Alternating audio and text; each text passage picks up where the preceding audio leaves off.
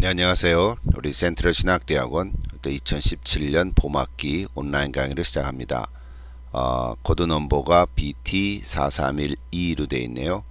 또 지역 번호는 50, 60, 70에 계신 분들이 이렇게 수강 신청할 수 있습니다. 과목은 신학 이야기, The Study of Systematic Theology죠. 예, 여러분 반갑습니다. 저는 김경수 목사. 자, 여러분을 환영하고요. 지난번까지 우리 수강생 신청 명단이 돼 있는데 아마 더 이상 변동이 없는 것 같습니다. 우리 워싱턴 지역에 16명, 또 캘리포니아에 2명, 그리고 텍사스 달라스 지역에 또 20명, 노스캐롤라에 1명, 어쨌든 총 38명입니다. 어쨌든 서로 여러분 자기소개를 다시 한번 확인해 주시면 좋겠고요. 제가 보니까 28분이 자기소개서를 제출해 주셨어요. 10명이 아직 제출 안 했는데요. 한 번 더 기다려 보겠습니다. 여러분 혹 본인이 아직 자기소개서 올리지 않은 분은 계시면 또 이번 한 주, 두 주 사이에 또 자기소개서를 올려주시면 좋겠습니다.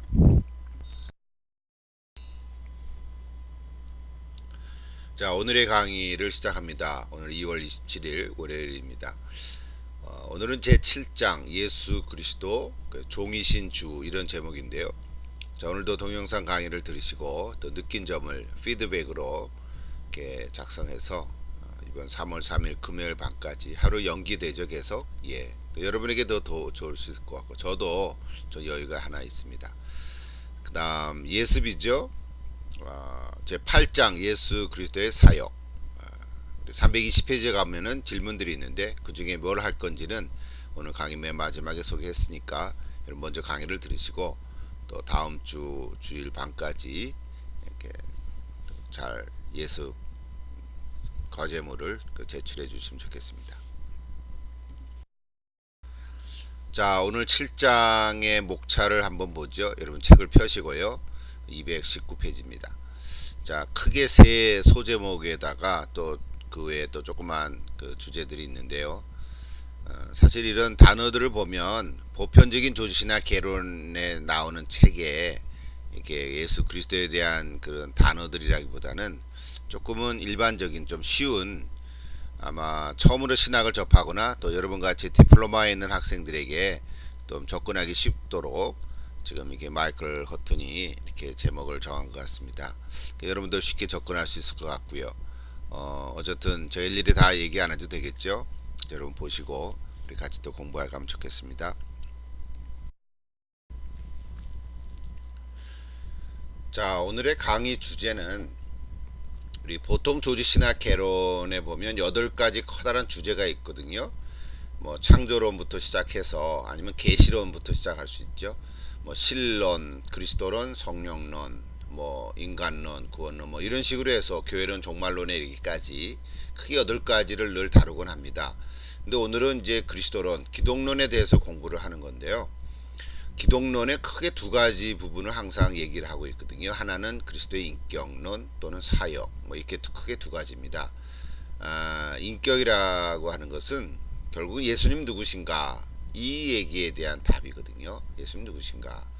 또 사역에 대한 얘기라는 것은 예수님 무슨 일을 하셨는가 뭐 이 부분에 대한 얘기입니다.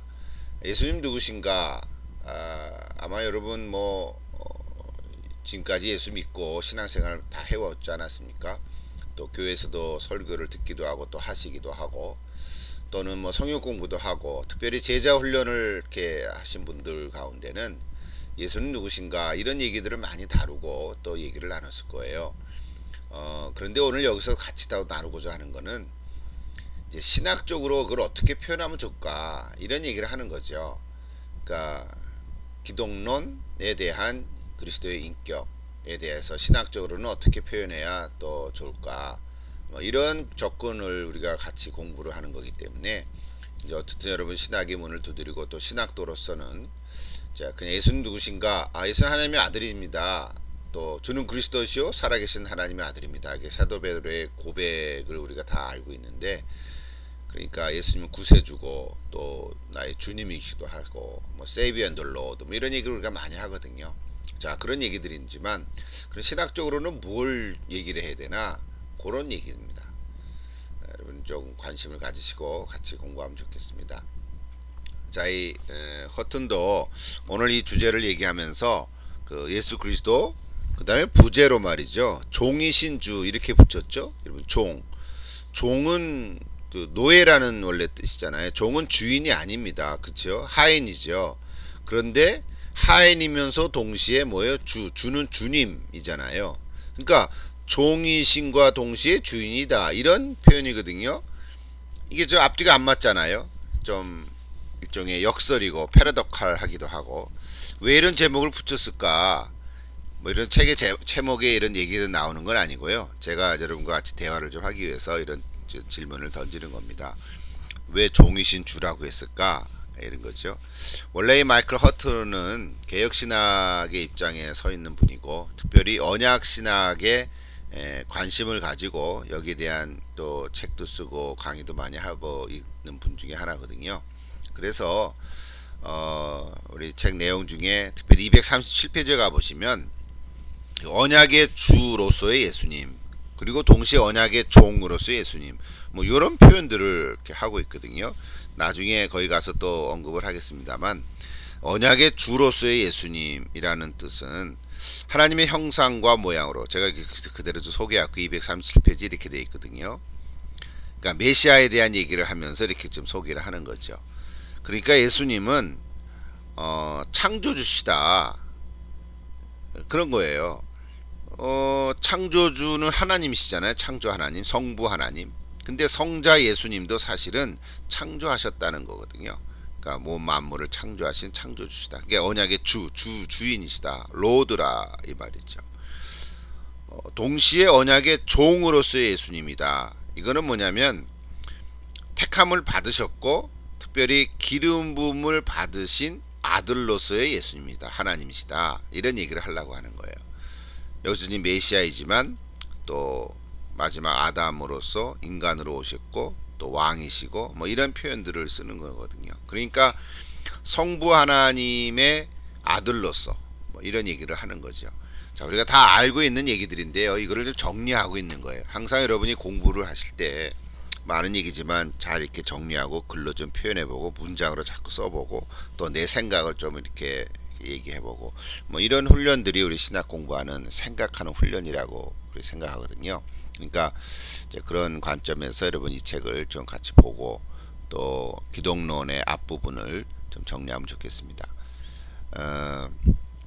정말 예수님 누구신가 여러분에게 묻는다면 또 여러분 신학도로서 또 성경 신학적으로 어떻게 정리하면 좋을까 여러분 한번 이렇게 좀 적어 보십시오. 또 책의 여백에다 또 써보기도 하시고 뭐 과제물 숙제한다고 생각하지 마시고 여러분의 생각들을 좀 정리하는 그런 시간 되면 좋겠습니다. 자, 그다음 가보죠. 이제 구체적으로 얘기를 좀 나눠보십시다. 자, 그래서 제일 첫 번째 챕터인데요. 나의 사랑하는 이스라엘과 두 아담 사이. 이게 첫 번째 제목이에요. 그죠? 자, 아까도 언급을 했습니다만 통상적인 신학적인 용어를 좀 피하고 또 쉽게 이해하고 접근하기 위해서 이런 이야기 형태의 단어들로 표현하고 있습니다. 그리고 성경 구절을 많이 인용하고 있죠. 아마 여러분 책을 보면서 더 이렇게 연결이 되고 쉽게 접근할 수 있을 거라고 봅니다. 자, 두 아담이라 해서 두 아담. 자, 두 아담의 무슨 얘기입니까? 이거는 첫사람의 이름이 아담이잖아요. 창세기 1장에 보면. 근데 원래 아담이라는 건 히브리 단어인데 이 아담의 뜻은 흙이라는 뜻도 있거든요. 그래서 아담아 하면 흙이에요. 근데 또 흙이라는 그 뜻이 또 사람이라는 뜻도 있어요. 그러니까 아담 하면은 고유명사 이름인 아담도 있고 또 사람이라는 보통 명사도 아담이고 또 흙을 가리키는 아담아 해서 그것도 아담이고 그러니까 그런 히브리 단어란 말이죠. 그래서 첫사람 아담 두 아담의 한 아담은 뭐냐면 첫사람 아담을 얘기하는 거고요. 또 하나의 아담은 바로 예수님을 가리키는 거죠. 근데 이것을 둘째 아담 이렇게 얘기하지 않고 마지막 아담이라고 말합니다. 왜냐하면 둘째 아담이라면 셋째 아담도 있고 넷째 아담도 있다는 얘기가 되거든요. 그래서 우리 그 갈라디아서나 또 사도 바울의 이야기지만 로마서나 이런 데 보면 마지막 아담 예수 그리스도 뭐 이런 표현들을 씁니다. 그래서 이게 두 아담이라고 하는 거는 첫사람 창세기에서 나오는 창조된 피조된 아담, 그리고 마지막 사람이 되신 예수 그리스도. 지금 무슨 얘기를 하려고 그러냐면요, 사실은 이제 그 다음, 여기는 안 나온 다음 장에 나옵니다만 예수님이 인성을 얘기하려고 그러는 거죠. 자, 어쨌든요, 그 두 아담을 여러분 이해하면 되겠고, 그래서 나의 사랑하는 자 이스라엘. 자, 이스라엘이라는 것은 이스라엘 백성이잖아요. 그러나 원래 이스라엘이라는 그 단어의 첫 시작은 아브라함부터 시작된다, 그런 얘기를 이렇게 하고 있습니다.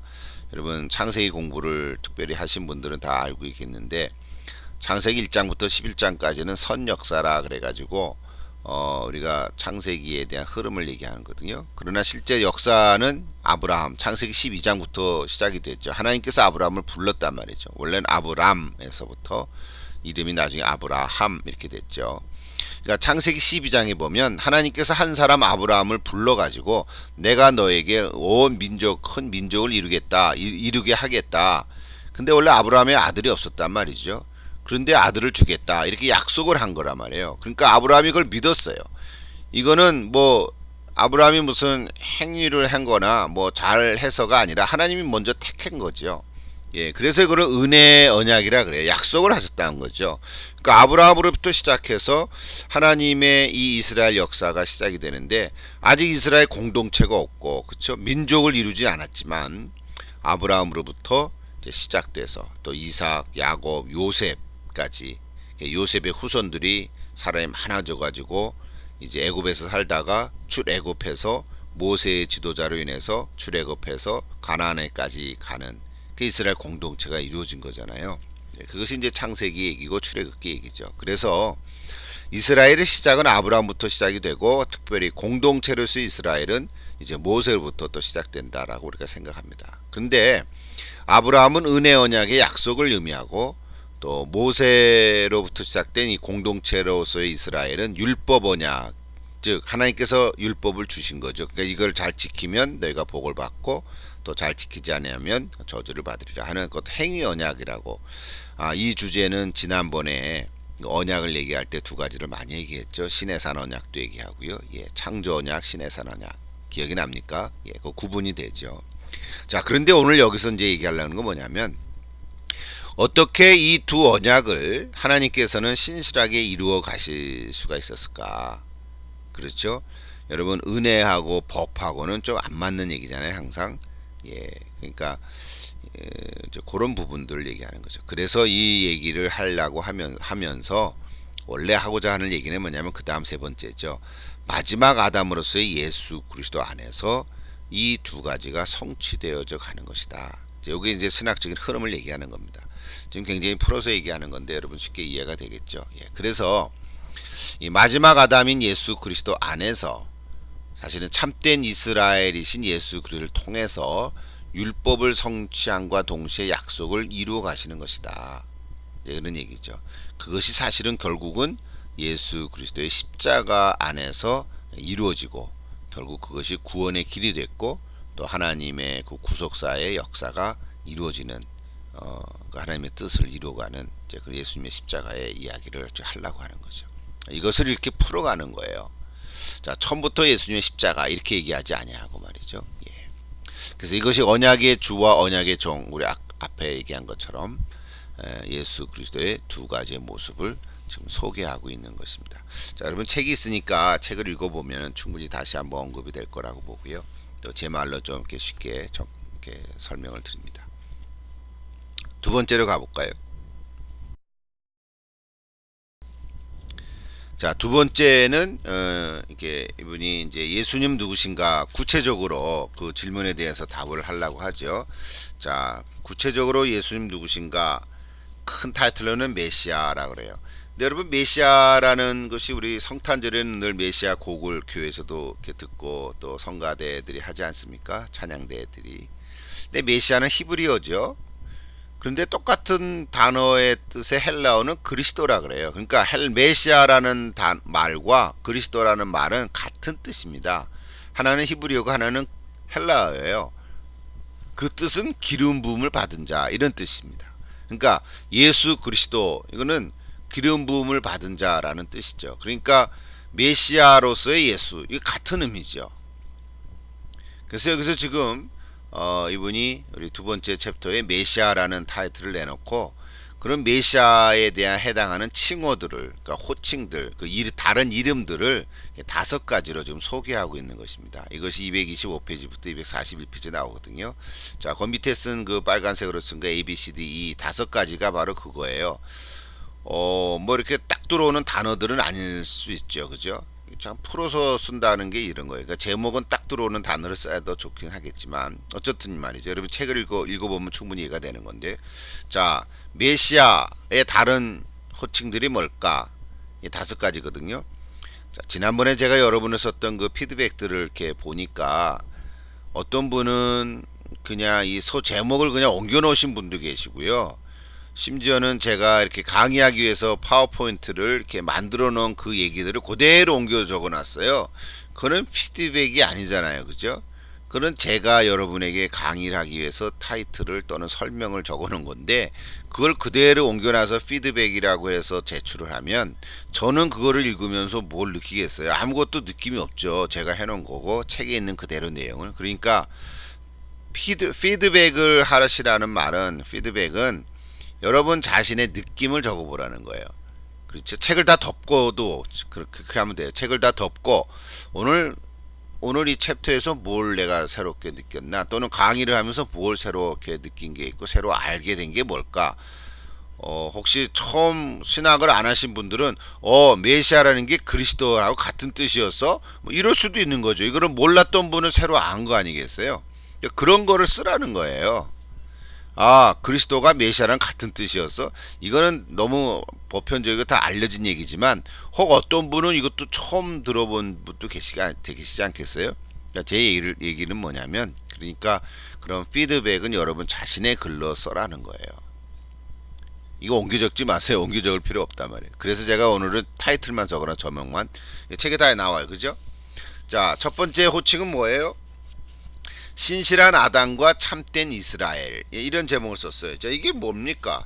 그러니까 신실한 아담 아까 우리 얘기했던 두 아담 얘기했잖아요. 그러니까 첫 번째 아담은 신실하지 못한 거잖아요. 왜? 죄의 유혹을 받아가지고 뱀으로 이렇게 한 사탄의 유혹을 받아가지고 죄를 짓게 됐잖아요. 예, 그러니까 그러나 그 죄를 지은 아담의 후손으로 다시 예수님이 나오셔서 마지막 아담으로서 그 마지막 아담을 신실한 아담이라고 표현한 거예요. 바로 예수님을 가리키는 거죠. 신실한 아담은 누구냐? 예수님을 가리키는 건데 마지막 아담인 예수님은 신실했다. 즉 죄의 유혹을 받지 않았다. 이런 뜻을 얘기하는 거죠. 신실한 아담이라고 말을 한 거고요. 참된 이스라엘이라는 건 뭐냐면 실제로 이스라엘 백성들은 지금도 이스라엘이라는 국가가 있지 않습니까? 팔레스타인에 있고 1948년에 독립했잖아요. 그러니까 이스라엘은 나라 없는 민족으로 2000년을 흩어져서 살았어요. 실제 역사 속에서. 근데 이스라엘이라는 단어 이름이 야곱이 이스라엘로 바뀌어졌고 구체적으로는 모세 이후에 공동체로서 한 국가를 이루게 됐고 첫 왕이 사울왕, 다윗왕, 솔로몬왕 이런 식으로 구약의 역사가 흘러왔잖아요. 그런데 참된 이스라엘이라는 말의 의미는 뭐냐면 예수 그리스도를 또 가리킨다는 거죠. 예수님이 참된 이스라엘이라는 거예요. 자, 이 말을 어떻게 이해를 했냐면 조금 그 여러분 책을 보시면 이사야서를 공부하면 이사야 책을 좀 읽어보면 거기에 뭐가 나오냐면 남은 자라는 단어가 나옵니다. 남은 자. 자, 남은 자라는 게 뭐냐면 다 하나님을 안 믿는 사람인데 그래도 끝까지 하나님을 믿는 사람들이 있다. 근데 하나님께서는 바로 그 남은 자들을 통해서 또 역사를 이루어 가시는 거다. 그런 얘기죠. 그러니까 이스라엘이 정말 하나님만을 믿으라 그랬는데 이방 신을 섬기고 그러니까 하나님께서는 포로로 잡혀가게 됐잖아요. 다 파괴하고 심지어는. 그런데 그 가운데 남은 자가 있다. 여러분 아는 혹시 엘리야라는 선자가 있죠. 바알과 아세라 선자가 1대 850으로 해서 자 하나님의 불이 내려와서 그 사건이 있지 않습니까? 열왕기 상에 나오는 건데 그런데 하나님께서 엘리야에게 야, 바알에게 무릎 꿇지 않은 7천 명이 남아 있다. 이런 말씀을 주신 거거든요. 그래서 힘을 더해 주시고 용기를 주는 거죠. 그러니까 이 남은 자를 통해서 하나님께서 항상 남은 자를 통해서 하나님의 역사를 이루어 가시는 겁니다. 구약뿐만 아니라 신약도 그렇고 오늘날에도 마찬가지고, 오늘날에도 예수 믿는 사람들이 많지만 여전히 안 믿는 사람들이 있고, 또 믿는 자 중에서도 떨어져 나간 사람도 있고, 또 믿음을 잃어버린 사람도 있고, 그럼에도 불구하고 끝까지 어떤 상황과 형편 속에서도 끝까지 하나님을 믿는 믿음의 남은 자들이 있단 말이에요. 여러분, 성경은 교회도 그럴 수 있어요. 교회 공동체가 어떨 때는 또 작기도 하고 많기도 하고, 그죠? 성도가 많기도 하고 적기도 하고, 또 있던 사람이 또 나가기도 하고, 또 어떨 때는 실제로 이렇게 나눠지기도 하고 막 그렇잖아요. 아픔도 있고. 여러분, 이런 것들이 그런 것들 때문에 속상해할 필요는 없어요. 물론 안 그래야 되겠지만은, 그러나 큰 그림으로 보면, 하나님의 관점에서 보면 어느 교회가 이름 있는 교회가 없어지기도 하고요. 그래요. 또 새로 생기기도 하고. 그러나 교회 이름들은 있었다 없어졌다 하지만, 사실은 어떤 교회도 1000년 이상 간 교회는 하나도 없어요. 역사 속에서. 그렇지 않습니까? 지역 역사 속에서. 우리는 한국 사람이니까 한국 교회도 어떤 한 교회가 100년, 200년 가는 교회가 없어요. 우리 교회 한국 역사는 120년밖에 안 됐지만, 그렇죠.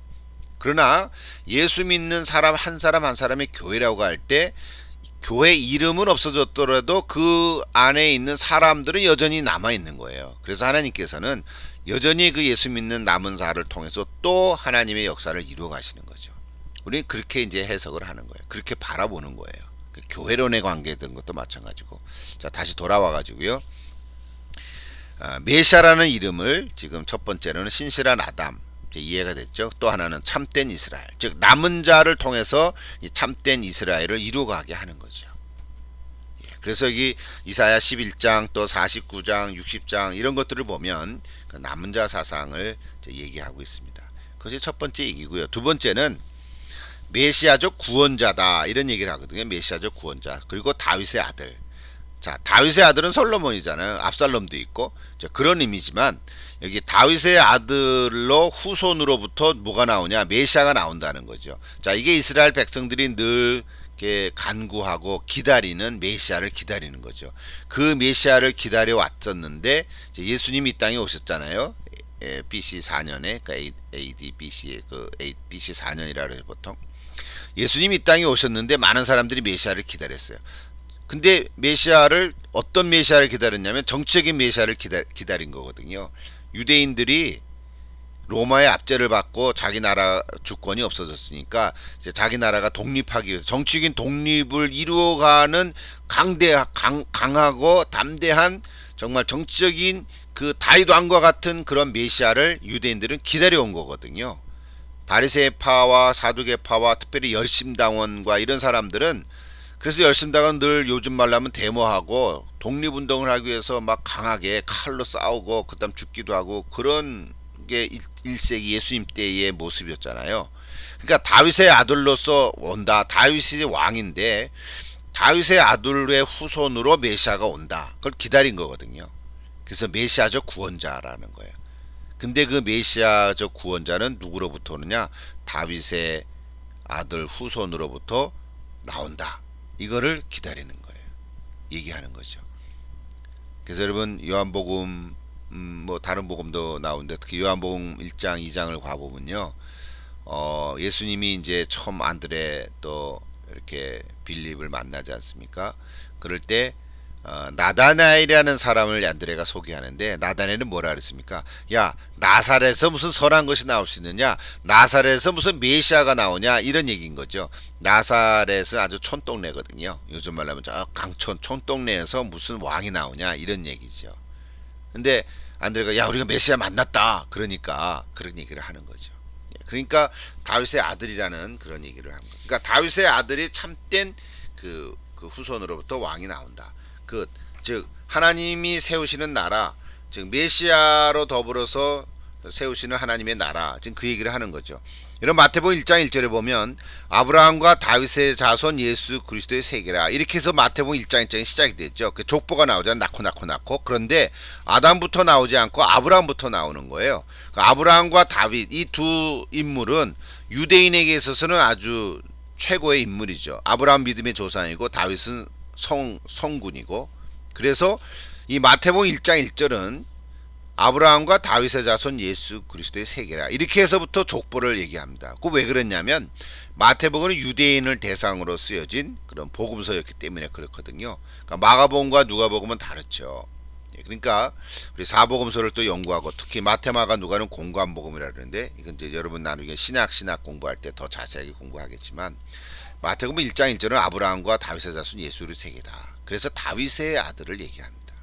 그것이 바로 메시아를 호칭하는 또 다른 이야기죠. 세 번째는요. 인자를 얘기하는데 인자. 자, 인자 사상 이건 아주 중요한 그 단어 중에 하나입니다. 이거는 신학적인 단어죠. 원래 인자라는 말은 사람의 아들이란 뜻이죠. 인자, 사람 인자, 그다음에 아들 자자를 쓰거든요.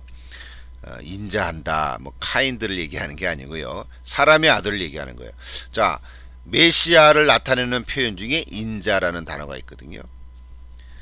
근데 마지막 아담, 아까 얘기했죠. 마지막 아담, 이게 인자예요. 그래서 이건 인자 사상에 대한 얘기를 쓰거든요. 자, 인자 사상에 대한 주제는 요즘도 우리 논문도 많이 쓰고요. 구약에서 나오는 인자 사상 또는 신약에서 나오는 인자 사상 이렇게 해서 크게 흐름들을 많이 공부합니다. 이것도 책을 한 권에 얘기를 해야 되겠고요. 큰 한 챕터의 덩어리인데 여러분 나중에 혹시 MDB 과정을 공부하거나 또 그럴 때 인자에 대한 공부를 한번 해보시면 참 좋은 재미난 게 많은데요. 오늘 여기서 다 얘기할 수 없는데 특별히 인자 사상은 구약 성경 중에서요. 에스겔서에 보면 인자라는 말이 자주 나오고요. 특별히 다니엘서에 보면은 인자에 대한 얘기 나옵니다. 여러분 인자 같은 이가 뭐 이런 얘기죠. 인자 같은 이 사람의 아들 같은 이가 이런 얘기 하죠.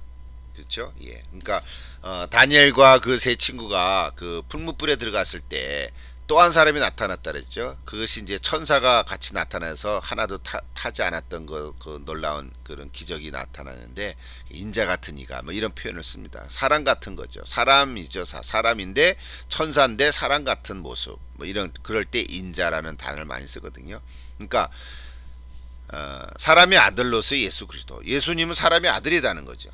그러니까 다윗의 아들과 인자는 사실은 칭호상에 같은 비슷한 얘기가 있죠. 근데 스스로 인자 이런 얘기를 많이 했습니다. 또 신약에 넘어와서는 요한복음의 인자라는 말이 참 많이 나오는데요. 인자. 보편적인 주권에 대해서 얘기를 하는 거죠.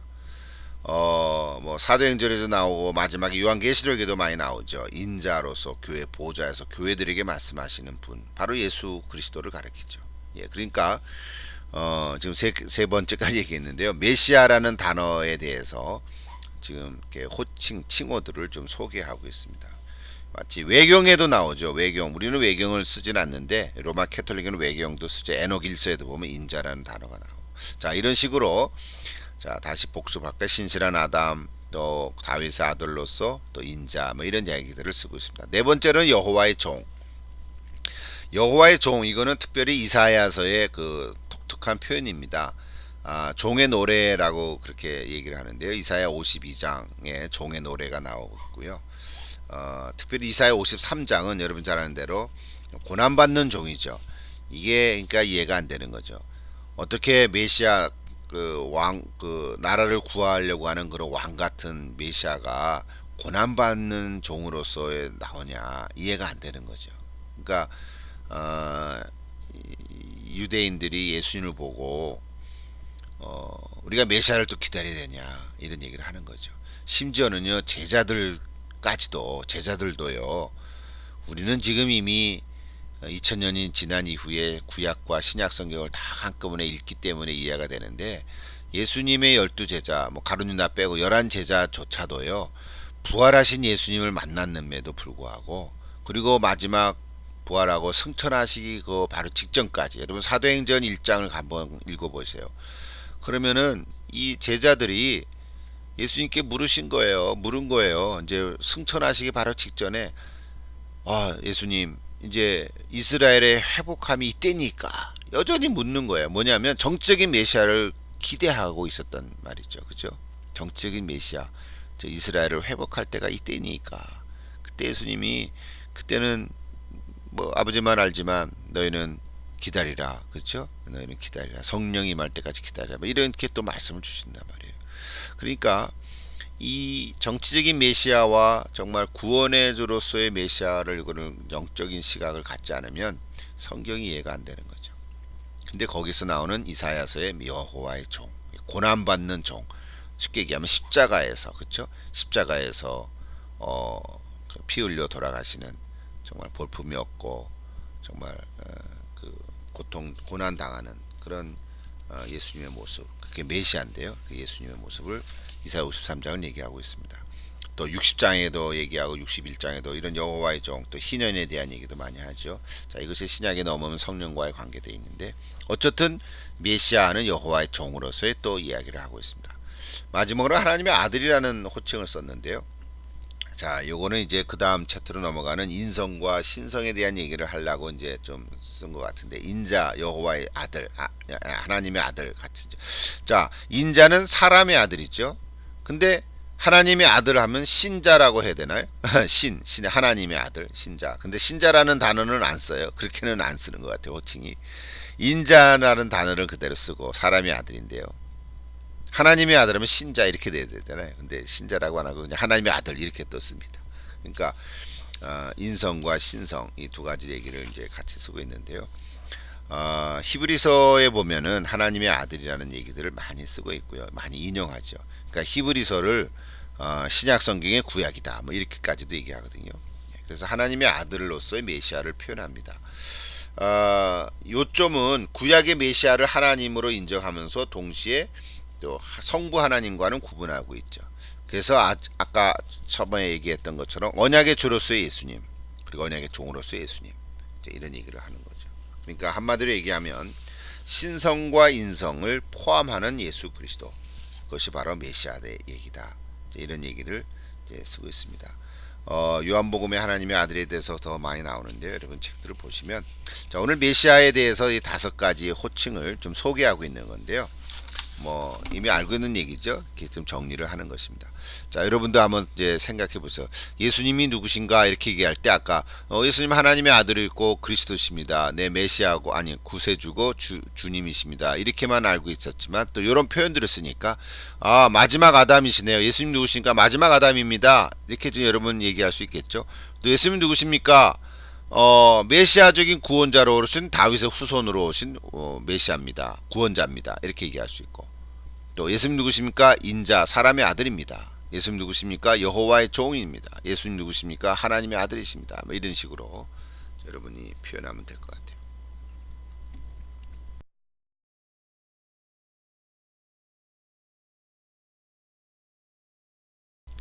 자, 그래서 이제 조금은 좀 신학적인 얘기를 할 수밖에 없는데요. 자, 신학적인 얘기를 이제 소개하고 있습니다. 좀 어렵겠지만 오히려 이런 것이 진짜 신학적으로 더 이렇게 클리어한 얘기예요.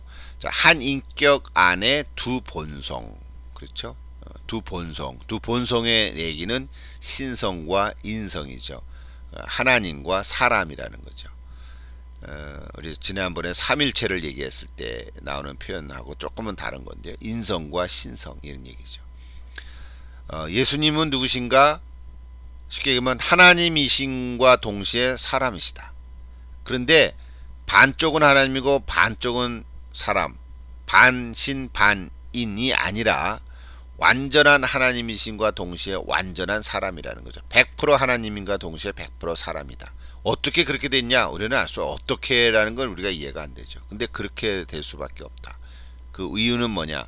하나님이 인간을 구원하시기 위해서 하나님이 사람을 사랑하셔서 사람이 되셨다는 거죠. 하나님이 사람이 되신 거죠. 이게 성육신이잖아요. 이게 성탄절이고, 요한복음식으로 얘기하면 말씀이 육신이 되어 이 땅 우리 가운데 거하심에, 이런 얘기죠. 그러니까 예수님은 완전한 하나님이시고 동시에 완전한 사람이시다. 이거를 그냥 우리가 받아들이는 거예요. 믿는 거예요. 우리 전에 얘기했지만 372년에 니케아 신조에서는 삼일체에 대한 공식적인 선언을 표현했거든요. 거기에서 성육신에 대한 분명한 신학적인 표현이 이렇게 있었습니다. 여러분 책에도 보면 먼저 그 니케아 신조의 조금 그 소개를 한 것 같아요. 그게 242페이지에 보시면, 우리는 한 분이신 주 예수 그리스도 하나님의 독생하신 아들, 온 세상 이전에 그의 아버지에게서 태어나신 신 중의 신, 빛 중의 빛, 하나님이신 하나님, 태어나셨지만 피조하지 않으신, 그거 중요하죠. 태어는 나셨지만 피조되지 않으신 예수님은 피조되신 분이 아니라는 거예요. 창조주신데 근데 사람으로 오셨다는 거죠. 헷갈린 얘기가 가끔은 있어요. 그러니까 사람이 되신 하나님 이런 얘기죠. 하나님과 똑같은 본체이신 그에 의해서 모든 만물이 창조되신 우리를 위해 우리의 구원을 위해 하나님에서 내려오셔서 성령에 의해 동정녀 마리아에게서 성육신하시고 사람이 되신 분을 믿는다. 굉장히 길죠. 한 문장인데 니케아 신조의 한 토막이에요. 우리는 한 분 예수 그리스도를 믿는다. 근데 그분이 성육신하신 하나님이신데 사람이 되심을 믿는다. 그 얘기죠. 그래서 우리는 이렇게 얘기합니다. 예수님은 하나님이신 동시에 인간이시다. 그리고 예수님은 마리아에게서 태어나신 것을 믿는다. 그냥 마리아를 통해서 하나님이 쑥 오신 게 아니라 실제로 태어난 거라는 거예요. 그러니까 예수님은 아기 예수라는 거예요. 예수님은 사람이셨다는 거예요. 아기 예수로 오셨어요. 성탄절이잖아요. 아기 예수. 예수님도 사실은 아기니까 조금 그렇지만 기저귀를 차셨을 거란 말이에요. 인간의 모습으로 30년을 그냥 살았었단 말이에요. 지혜도 있었지만 신체가 조금씩 자라났었단 말이죠. 소년 시절도 있었을 거고 청년 시절도 있었을 거고 그렇죠. 예, 그러니까 사람으로서의 그 모든 그 느낀 걸 다 갖고 있었다는 거예요. 그래서 히브리서의 4장 15절에 보면 예수님은 우리와 똑같은 사람으로 그리고 우리가 똑같이 시험도 받으셨지만은 그다음 뭐가 없어요? 죄는 없으세요. 이게 굉장히 중요하죠. 죄는 없으시니라. 이거 좀 성경 공부할 때 좀 많이 좀 얘기를 해야 되는데요. 그냥 지나갈 수밖에 없어요. 그러니까 예수님은 원죄는 없으셨어요. 우리를 구원하시기 위해서 오셨기 때문에 죄가 없으셨단 말이에요. 그러니까 하나님이셨는데 사람으로 오셨으니까 그 연결, 그 고리 역할을 하신 거죠. 다리를 놔주셨다는 거죠. 그죠? 예.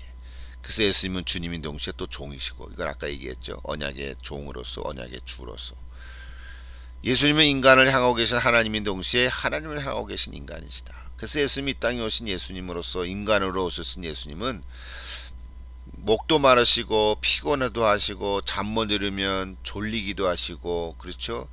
또 때리면은 맞으셨는데 아픔도 고통도 있으시고 자존심도 상하시고 그러신 예수님. 예, 그런 예수님. 그러니까 기도도 하시고 예수님은 무릎 꿇고 우리 사람처럼 기도하셨단 말이에요. 그러니까 요게 굉장히 중요해요. 예수님은 사람이신과 동시에 하나님이시다. 이제 역사적 발전이라고 하는 그 B 챕터가 나오는데요. 이게 무슨 얘기를 하려면 이제 초대교회에서 나오는 그 이단들을 소개하는 겁니다. 이단들인데 이단들이 왜 이단이 됐냐면 이 두 가지 중에 하나를 강조하면 이단이 됐어요. 예수님은 하나님이시고 동시에 사람이시다 그랬는데 이렇게 딱 보면 사람 같잖아요. 그럼 하나님이 아니셔. 하나님이신데 하나님의 모습은 아니야. 성부 하나님과 똑같지 않아. 조금 못해. 그러면 이단이 되는 거예요. 또는 거꾸로 예수님은 사람으로 오셨는데 기적을 많이 행하시니까 사람이 아니고 이건 완전히 신적인 요소니까 하나님이 더 많아. 강해. 그런 얘기. 또는 십자가에 달리셨는데 그 고통은 어떻게 겪으셨을까? 못을 손바닥에 받으면 그 고통이라는 게 그게 말이 됩니까? 이게 정말 여러분 우리 가시만 하나 박혀도 얼마나 아픕니까? 그런데 예수님이 그 대못을 그 손바닥에 박으시고 그 허리에 창을 찌르시고 그렇죠. 여러분 그 고난과 고통을 생각하면 그 예수님은 사람이 아니신 거야. 그거는 하나님이신 거야. 사람은 겉에만 사람이야. 그냥 헛개비 보는 것 같은 거야. 이렇게 생각을 하면은 그게 이단이 됐단 말이에요. 실제로 그게 가연설, 도케티즘, 가연설, 가짜로 보고 있는 거거든요. 그게 도케티즘이라 그러는데 그런 얘기들이 다 이단인 거예요. 그래서 여기 B에 나오는 역사적 발전제 소개하기인데 여러분 책들이 이미 나왔는데 그 핵심 얘기는 뭐냐면 예수님이 신성과 인성인데 둘 중에 하나에 기울어지면 어떤 하나를 강조하거나 어떤 한쪽을 좀 그 약하게 하면은 그게 이단이 됐다는 거예요. 지금도 마찬가지입니다. 오늘 이 시대도 난 모르겠어. 차라리 모르는 게 낫지. 난 모르겠어. 그냥 이해가 안 돼. 그냥 나중에 이해할래. 차라리 그게 낫지요. 어느 한쪽을 이렇게 강조하면은 이게 바른 입장이 아니라는 거예요. 신학적으로 그렇다는 거예요. 성경적으로도 그렇고. 이제 충분히 이해가 되시죠? 예.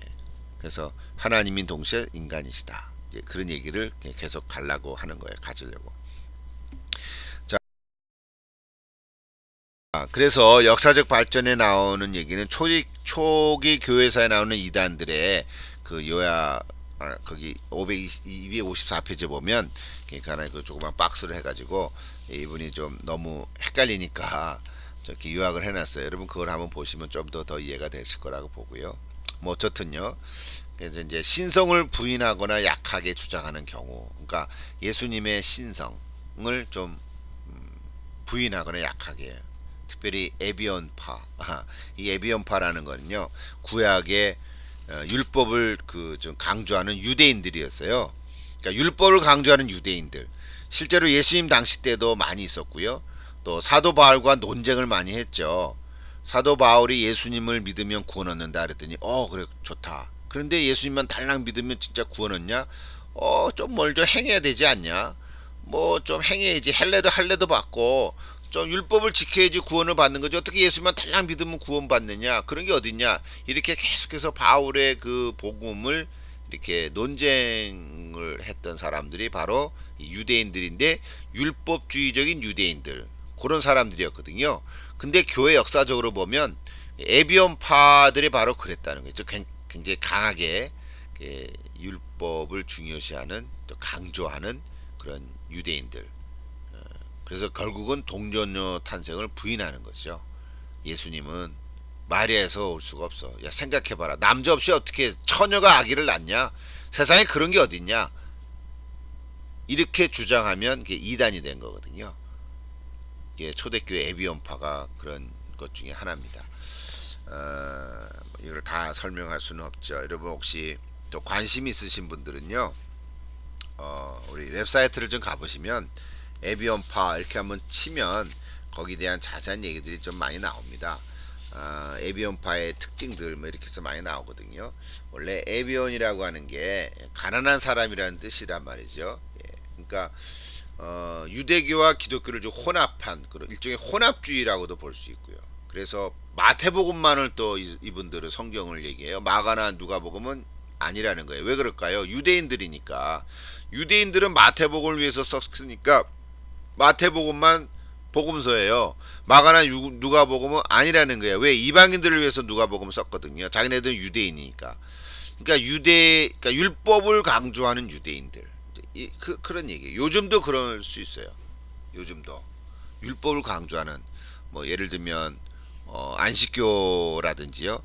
뭐 에비온파는 아니지만 안식교도 율법을 강조하잖아요. 구약을 더 강조하죠. 여호와 증인도 구약을 강조하죠. 예, 여호와 하나님을 믿죠. 유일신을 믿는데 걔네들은 예수님을 믿는데 삼일체로 믿진 않아요.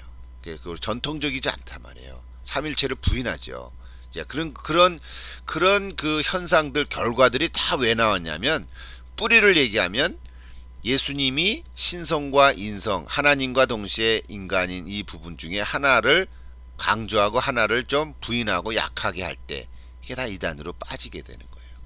사람이 이단이 아니라 그 사상들이 이단이라는 거예요.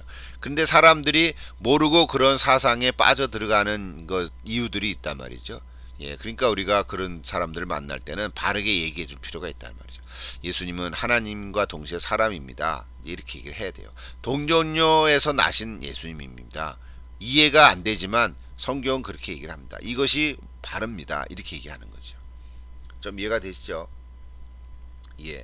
또 양자론도 마찬가지예요.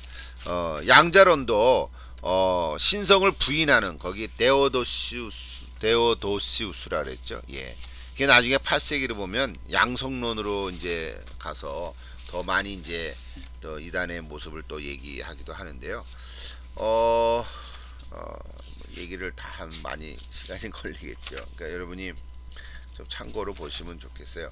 그 양자론, 여기 뭘 좀 얘기할까요? 양자론의 핵심은, 예수님이 이제 이 땅에 오신 인간인 것은 맞아요. 인간인 것을 이해하지만 세례를 받으실 때나 인생의 어떤 시점에서 사실은 원래 하나님이 아니었다는 거예요. 예수님은 그냥 사람으로 오셨는데 스스로 그렇게 인식했다는 거예요.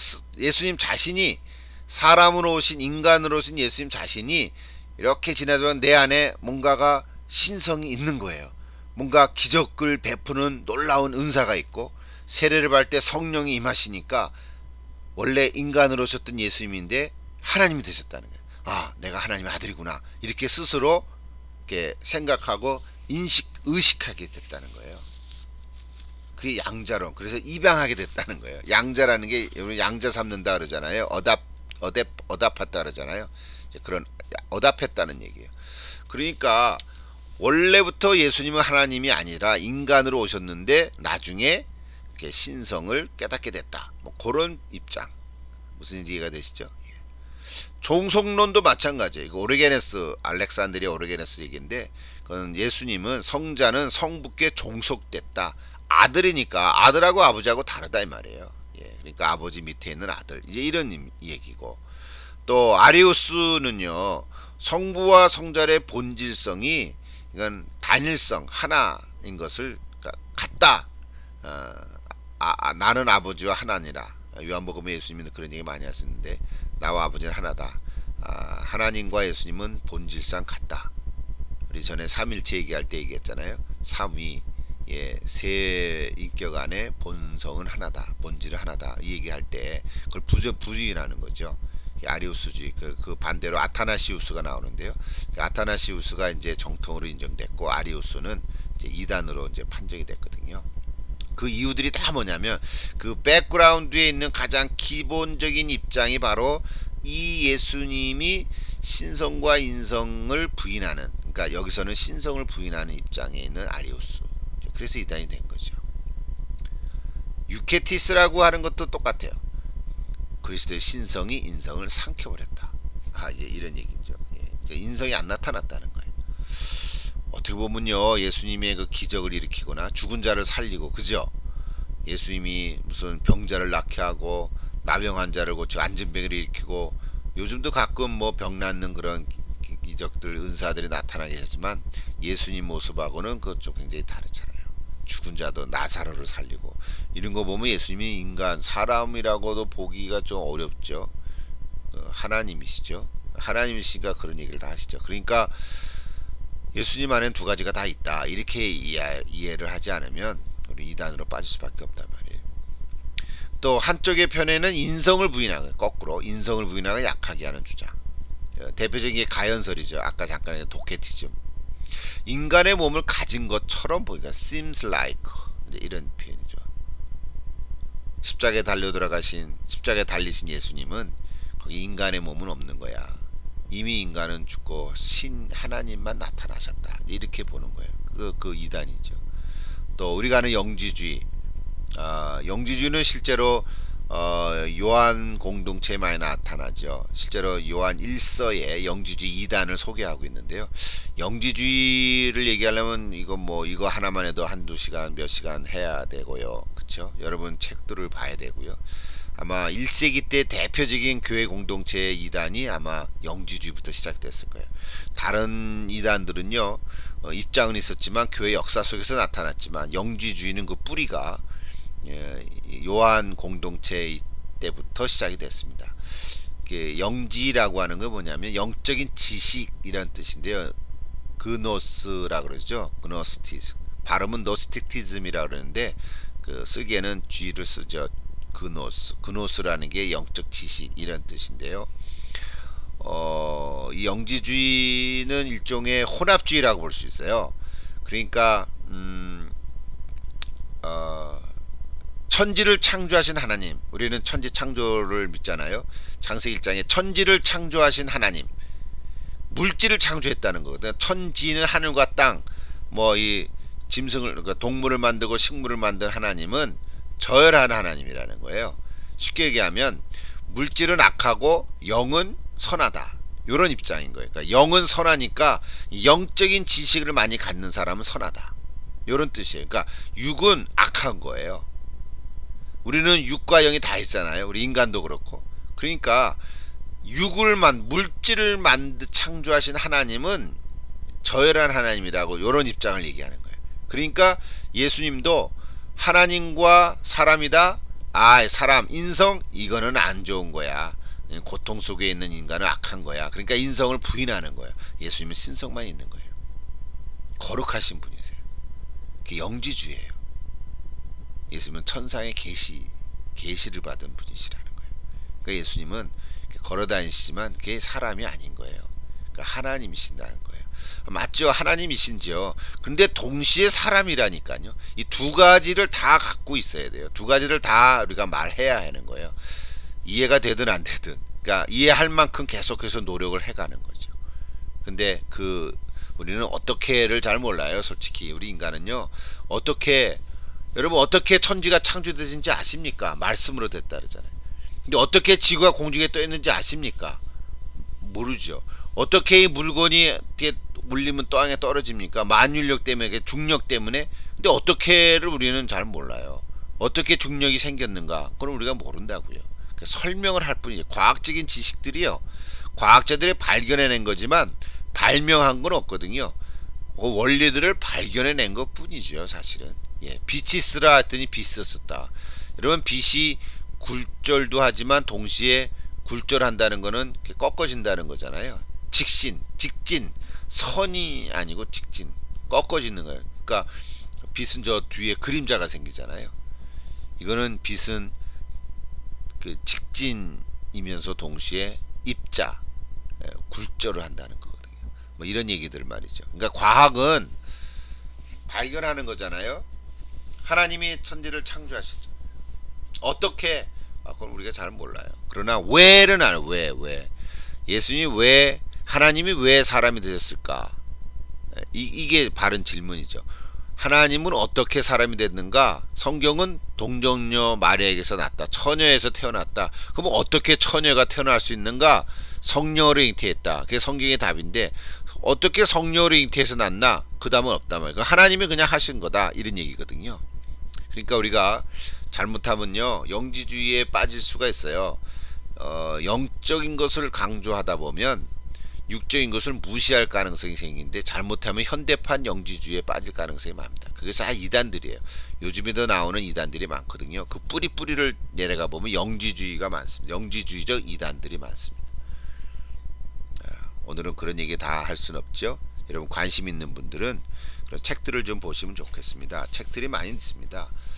예를 들면 초대교회 이단과 뭐 분파 뭐 이런 얘기 뭐 그런 얘기들 많이 나와 있고요. 이단에 대한 얘기들도 많이 나온 것도 있고요. 뭐 그런 거 뭐 관심 있겠어요, 사실은. 이단을 공부 안 해도요. 하나님 말씀만 잘 갖고 있으면 이단을 분별할 수가 있습니다. 예. 자, 또 하나 이폴리나리오스. 예. 아폴리나리오스. 이것도 로고스 말씀이죠. 로고스가 예수님의 인간 영혼을 대체했다.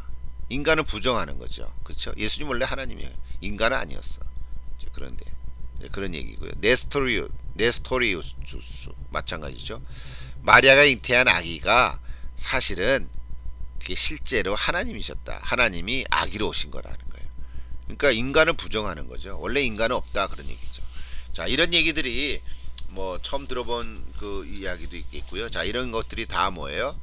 이단이다 하는 거예요. 교회사를 여러분 이제 앞으로 공부하실 텐데 기독교 교회사 이거는 필수거든요. 아마 두 학기에 걸쳐서 할 거예요. 너무 방대하니까. 그런데 교회사를 꼭 공부할 때 이제 짚고 넘어갈 것이 바로 이 니케아 종교회의와 칼케돈 종교회의입니다. 그 외 여러 가지 회의들도 많이 있지만 콘스탄티노플 그 회의가 1차부터 6차까지 있거든요. 근데 325년은 삼일체에 대한 공식적인 선언이었지만 이 칼케돈 종교회의 451년에서는 바로 요 얘기, 두 본성 안에 한 인격의 틀을, 신학적인 틀을 아주 공고하게 하는 그런 신조로 결정이 됐습니다. 예, 두 본성 안에 한 인격이다. 그러니까 그 사이에 많은 이단들이 있어 왔거든요. 그것을 다 정리한 그런 얘기입니다. 거기에 소개한 벨기에 신앙 고백서, 하이델베르크 교리문답, 또 웨스트민스터 신앙 고백서, 또 우리 한국의 신앙 고백서도 있고 장로 고백서도 있고 많은 그 고백서들이 있습니다. 그 바로 안에는 사도신경도 있죠.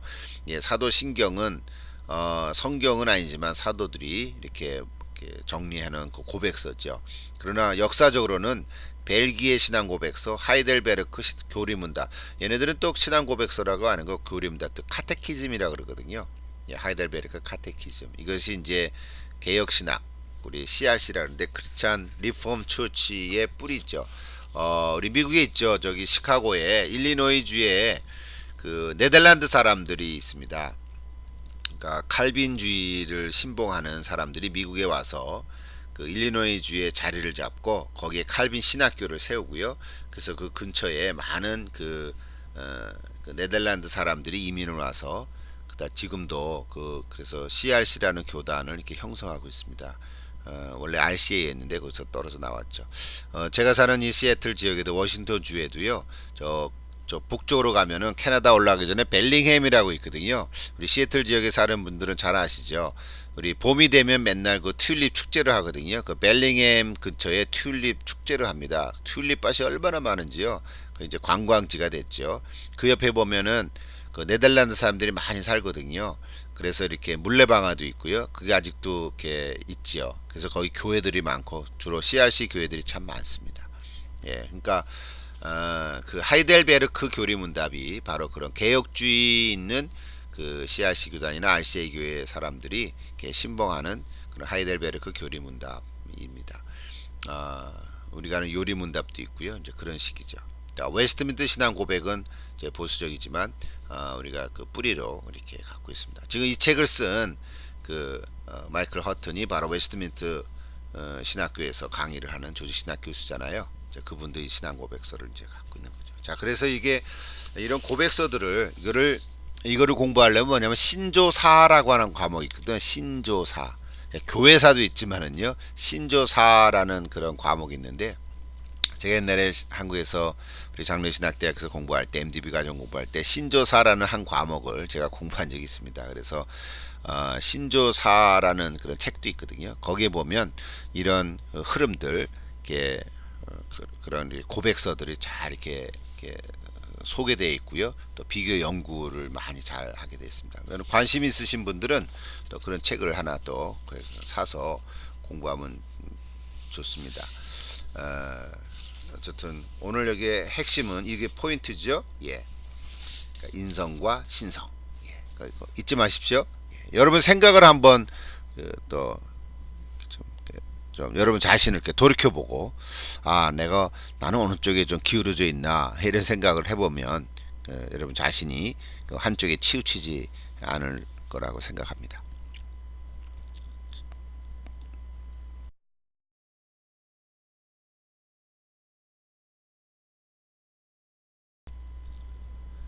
자, 그 다음에 세 번째, 한인격안의 두 본성에 지금 저자가 그리스도의 삼중직이라 그랬는데 세 가지의 직분설을 얘기하죠. 그러니까 또는 세 직분설 뭐 이렇게도 얘기합니다. 자, 세 직분설의 단어는 뭡니까? 선지자, 제사장, 왕 이거죠.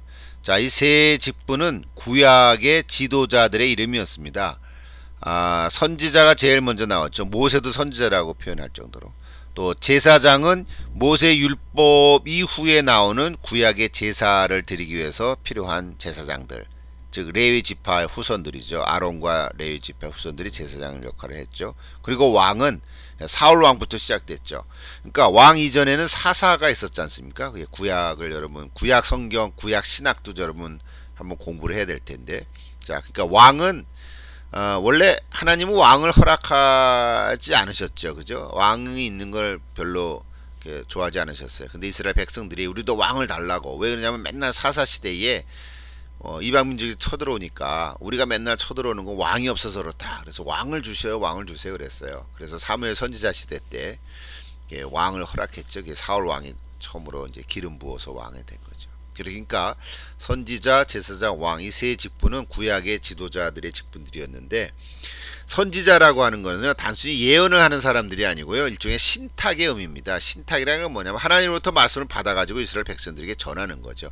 또는 이스라엘의 그 청원을 가지고 하나님께 아뢰는, 기도하는 이런 중간 역할을 하는 사람이 선지자죠. 그러니까 선지자의 그 신탁 안에는 예언도 포함되어 있는 거죠. 그러니까 예언이라고 하는 예자가요, 미리 볼 예자를 쓰지 않고요, 은행에 헌금 아니 예금을 한다. 은행에 돈을 예금할 때 예자를 쓰잖아요. 예금 예자예요. 그러니까 예치한다. 맡겨놓는다. 그럴 때 예언이라고 하는 단어를 쓰죠. 그러니까 예언은 미리 볼 뭐 일기예보할 때는 예가 미리 보는 거지만 예치한다 할 때는 예탁한다 할 때는 신탁의 의미가 있거든요. 근데 구약의 선지자들은 사실은 신탁의 역할을 했던 사람들입니다.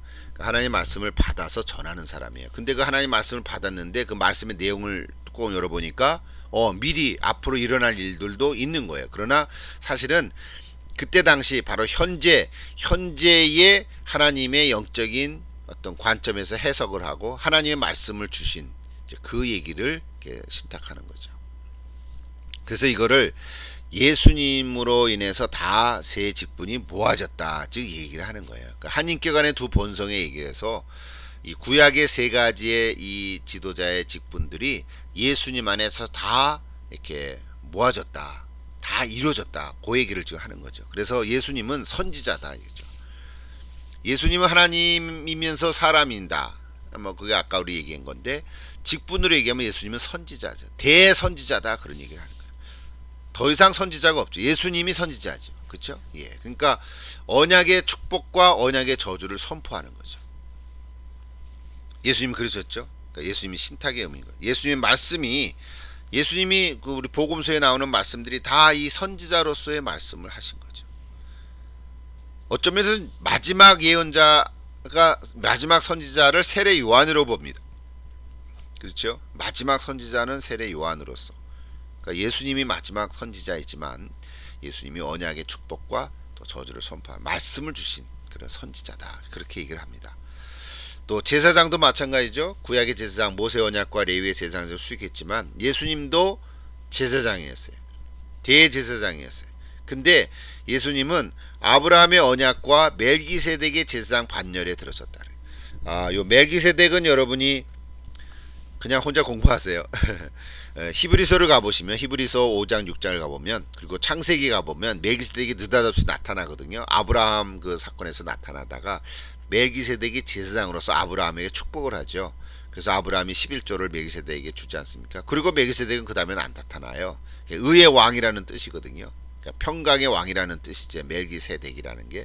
그것이 히브리서에 보면은 그 멜기세덱의 그 흐름을 쭉 얘기합니다. 그러니까 부모도 없고, 그래서 아직 시작도 없어요. 멜기세덱이 어떻게 나왔는지 몰라요. 근데 하여튼 나와요. 그것이 바로 예수님을 상징하는 그 반열의 제사장으로서의 소개를 하는 것입니다. 그러니까 이 멜기세덱에서 여러분이 공부를 좀 하세요. 성경 보면 다 이해할 수 있어요. 히브리서 5장 6장 이거 보면 됩니다.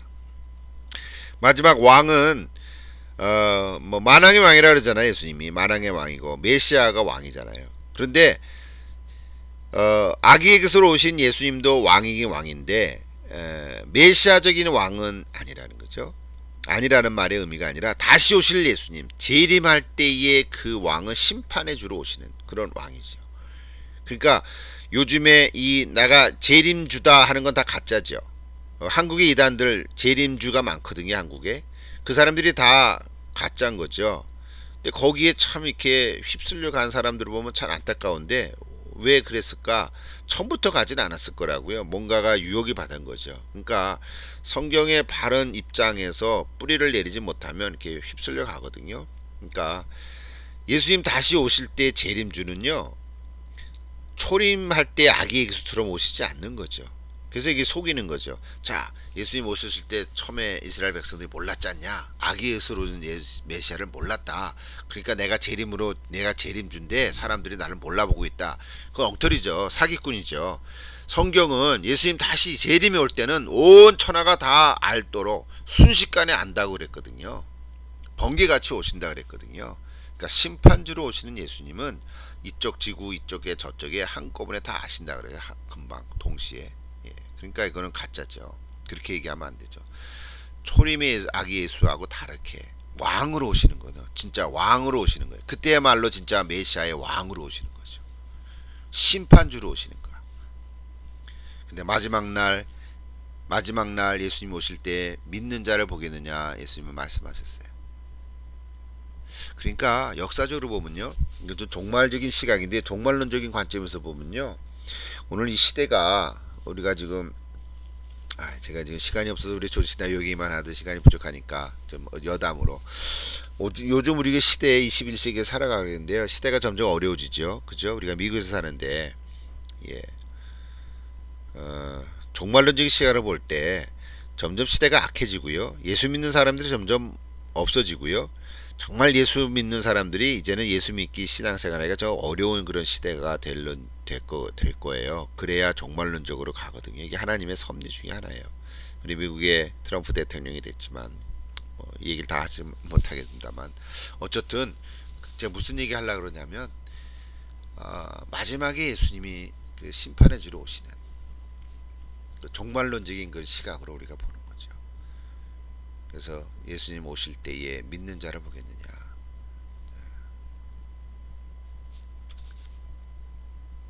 자, 어쨌든 선지자, 제사장, 왕 이 세 구약의 이 직분이 예수님에게로 다 이렇게 모아지는 것을 좀 얘기하고 있습니다. 그걸 삼중직이라 그럽니다. 자, 마지막으로 가볼까요? 다 끝났네요. 자, 우리 피드백 과제물 오늘 강의를 들으시면서 또 느낀 점 있으면 한 가지씩 그래서 한 페이지 정도로 적어서 보시면 좋겠습니다. 지난번 얘기한 것처럼 책의 내용이나 강의를 요약한 노트를 그대로 베껴 쓰는 건 피드백이 아니죠. 그렇게 쓰지 마시고 또 문장 형태로 항상 써보시고요. 그 훈련이에요. 그냥 요약문 제목만 딱 쓰지 마시고요. 나열하지 마시고요. 여러분 느낀 점을 하나라도 꼭 여러분 자신의 문장으로 표현해 보면 좋겠습니다. 예습이죠. 제8장 예술의 사역 320페이지에 보면 질문들이 나오는데 8개인가 나오는데 2번, 4번, 5번, 7번에 한번 답을 해보시면 좋겠습니다. 한번 노력을 해보세요. 꼭 다 못해도 2번, 4번은 꼭 한번 해보시면 좋겠습니다. 그리고 3월 5일까지 해주시면 좋겠고요. 미리 예고합니다. 3월 13일에는 강의가 없습니다. 3월 6일까지 강의가 있고요. 3월 13일에는 강의가 없고 브레이크 위기죠. 그리고 3월 20일에는 중간고사를 칩니다. 지난 1장부터 8장까지의 내용을 복습하는 의미에서 중간고사입니다. 그러니까 그동안 좀 늦게 그 수강 신청을 했거나 또 아직도 과제물을 제대로 못 내신 분이 계시면 아주 좋은 기회죠. 3월 13일 그 한 주간 동안 못 냈던 과제물을 다 내시고 또 중간고사도 미리 좀 준비를 하시고 그래서 3월 13일과 20일 그 한 두 주간 동안에는 저 밀린 것들을 다 정리하는 그래서 그때까지 제가 이렇게 이스큐즈를 하겠습니다. 아직도 안 내신 분이 많은 것 같아요. 한 10대 분은 계속해서 안 내고 있는데 이거를 어떡하나 아직 고민 중이거든요. 여러분 꼭 기억을 하시고요. 그래서 아직 후반부가 남아 있으니까 전반부에 할 거를 빨리 잘 끝내주면 좋겠습니다. 또 자세한 안내는 다음 강의 때 또 알려드리도록 하겠습니다. 자, 여러분 감사합니다. 예, 안녕히 계십시오.